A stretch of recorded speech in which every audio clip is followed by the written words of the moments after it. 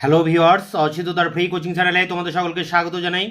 আজকের এই ভিডিওটিতে তোমরা যারা ক্যালকাটা ইউনিভার্সিটিতে বিএ হিস্ট্রি অনার্সে ফোর্থ সেমিস্টারে পড়ছো, তোমাদের যে CC8 পেপারটি রয়েছে, প্রাক আধুনিক যুগের ইউরোপ, এই পেপারটির একটি গুরুত্বপূর্ণ ইম্পর্টেন্ট টিকা প্রশ্ন 2024-এর সাজেশন অনুযায়ী ইংল্যান্ডের গৃহযুদ্ধের মূল কারণগুলি কী ছিল। এই প্রশ্নটি টিকা হিসেবে ইম্পর্টেন্ট। আর ইংল্যান্ডের গৃহযুদ্ধকে বুর্জুয়া বিপ্লব বলা যায় কিনা, এটি 10 নম্বরে ইম্পর্টেন্ট। তা গৃহযুদ্ধের বুর্জুয়া বিপ্লব বলা যায় কিনা এটি নিয়ে কিন্তু আমি এর আগের ভিডিও ক্লাসে আলোচনা করেছি। আজকের ভিডিওটিতে আলোচনা করব 5 নম্বরের টিকা প্রশ্ন, ইংল্যান্ডের গৃহযুদ্ধের মূল কারণগুলি কী ছিল। তো দেখো, উত্তরটি তোমরা এইভাবে লিখবে। স্টুয়ার্ট রাজবংশের প্রধান দুই রাজা, প্রথম জেমস ও প্রথম চার্লসের রাজত্বকালে ইংল্যান্ডের পার্লামেন্টে পিউরিটান দলের প্রাধান্য ছিল। ধর্মীয় কারণে ক্যাথলিক ধর্মাবলম্বী রাজাদের সঙ্গে প্রথম থেকেই তাদের বিরোধের সূত্রপাত হয়। তাছাড়া স্টুয়ার্ট রাজারা ছিলেন অ্যাংলিকান চার্চের পক্ষপাতী, কিন্তু পিউরিটানগণ অ্যাংলিকান চার্চের বিধি ব্যবস্থা সমর্থন করত না। সেই জন্য তারা ধর্মীয় প্রতিষ্ঠানে উচ্চ পদে কর্মচারী নিয়োগের ব্যাপারে রাজার কর্তৃত্ব স্বীকার করতে আপত্তি করতে শুরু করে। তবে এই ধর্মীয় ব্যাপার ছাড়াও সপ্তদশ শতাব্দীর ইংল্যান্ডের ইতিহাসে রাজা ও পার্লামেন্টের দ্বন্দ্বের আরও অনেক কারণ দেখা দেয়। বিশেষত বৈদেশিক আক্রমণের আশঙ্কা, লোভ এবং নবজাগরণ, ধর্ম সংস্কার প্রভৃতির ফলে নতুন ইংরেজ জাতির উদ্ভবের প্রভাব স্টুয়ার্ট রাজাদের আমলের পার্লামেন্টে প্রতিফলিত হতে শুরু করে। শাসননীতির পরিবর্তন, রাজনৈতিক অন্যায় ব্যবস্থার সংশোধন এবং নিজেদের অধিকার পুনঃস্থাপনের জন্য পার্লামেন্টের সদস্যগণ দাবি করতে শুরু করে।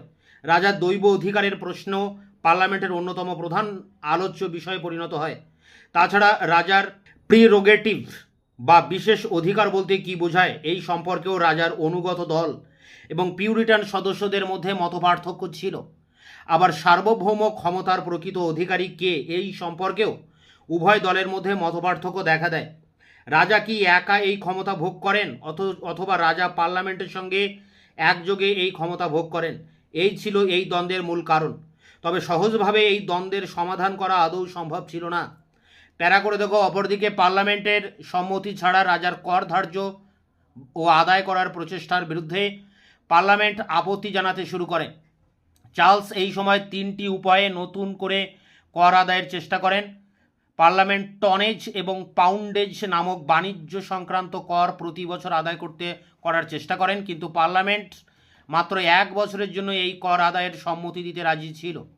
1628 খ্রিস্টাব্দে রাজা জোর করে এই কর আদায় করতে শুরু করলে 5 জন নাইট তাতে বাধা দেয়। চার্লস এই 5 জন নাইটকে বন্দী করেন। 1634 খ্রিস্টাব্দে চার্লস সমুদ্র তীরবর্তী অঞ্চল ছাড়াও অন্যান্য স্থান থেকে জাহাজ কর আদায় করতে শুরু করেন। এই সব কর আদায়ের ব্যাপারে পার্লামেন্টের সঙ্গে রাজার বিরোধ আরও তীব্র হয়ে ওঠে। কিন্তু এই বিরোধ চরমে ওঠে সৈন্যবাহিনীর উপর রাজার ও পার্লামেন্টের অধিকার নিয়ে, কারণ এই নিয়ন্ত্রণের অধিকারের সঙ্গে ইংরেজ জাতির প্রত্যেকটি লোকের ব্যক্তিগত স্বাধীনতার প্রশ্নের সঙ্গে জড়িয়েছিল। সুতরাং রাজা এককভাবে এই অধিকার ভোগ করার ক্ষমতা দাবি করলে পার্লামেন্টের সঙ্গে রাজার প্রকাশ্য সশস্ত্র সংঘর্ষ অনিবার্য হয়ে ওঠে। প্যারা করে দেখো, এটি শেষ প্যারা। ইংল্যান্ডের গৃহযুদ্ধ শুরু হওয়ার পূর্বে পার্লামেন্টের পক্ষ থেকে 3টি দলিল প্রকাশ করে সার্বভৌম ক্ষমতা ভোগ ও প্রয়োগ করার প্রকৃত দাবি পেশ করা হয়। এই দলিলের মধ্যে প্রথমটি হলো 1642 খ্রিস্টাব্দের নভেম্বর মাসে উত্থাপিত গ্র্যান্ড রিমনস্ট্রান্স, রাজার শাসন ব্যবস্থার উপর পার্লামেন্টের নিয়ন্ত্রণ প্রতিষ্ঠার জন্য এই দলিলটি রচিত হয়।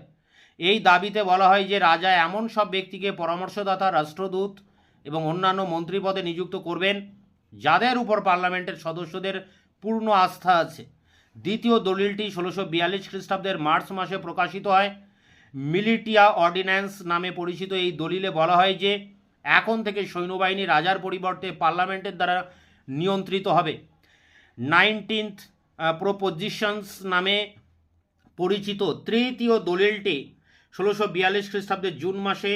এই দলিলে বলা হয় যে রাজার পরামর্শদাতাগণ, উচ্চপদস্থ কর্মচারীগণ, এমনকি রাজার সন্তান সন্ততিদের শিক্ষকগণও পার্লামেন্টের দ্বারা নিযুক্ত হবেন। দেশের সামরিক বাহিনীর উপর পার্লামেন্টের পূর্ণ কর্তৃত্ব প্রতিষ্ঠিত হবে এবং চার্চ সংক্রান্ত যে কোনো ব্যবস্থা পার্লামেন্টের দ্বারা সম্পাদিত হবে। পার্লামেন্টের এইসব দাবির অনেকগুলোই ছিল চিরাচরিত প্রথা বিরোধী। এরূপ পরিস্থিতিতে রাজা পার্লামেন্টের এই দ্বন্দ্বের সামরিক সংঘর্ষ ব্যতীত নিষ্পত্তি হওয়া একেবারে অসম্ভব ছিল। তো এই ছিল ইংল্যান্ডের গৃহযুদ্ধের মূল যে কারণ, সেই কারণের উপরে 5 নম্বরে টিকা প্রশ্নের উত্তর তোমাদের সামনে আলোচনা করলাম। এই পেপারটির একাধিক প্রশ্নের উত্তর তোমাদের সামনে আমি এর আগে আলোচনা করেছি, তার লিঙ্ক দেওয়া থাকবে ভিডিও ডেসক্রিপশন বক্সে। এছাড়া যে 2-1টি প্রশ্নের উত্তর এখনও বাকি আছে তা খুব দ্রুত তোমাদের সামনে এনে হাজির করবো। ততক্ষণে তোমরা চ্যানেলকে সাবস্ক্রাইব করে রাখবে, বন্ধুদের কাছে শেয়ার করবে, নিজেদের মতামত জানাবে কমেন্ট সেকশনে, এবং ভিডিওটি ভালো লাগলে অবশ্যই একটা লাইক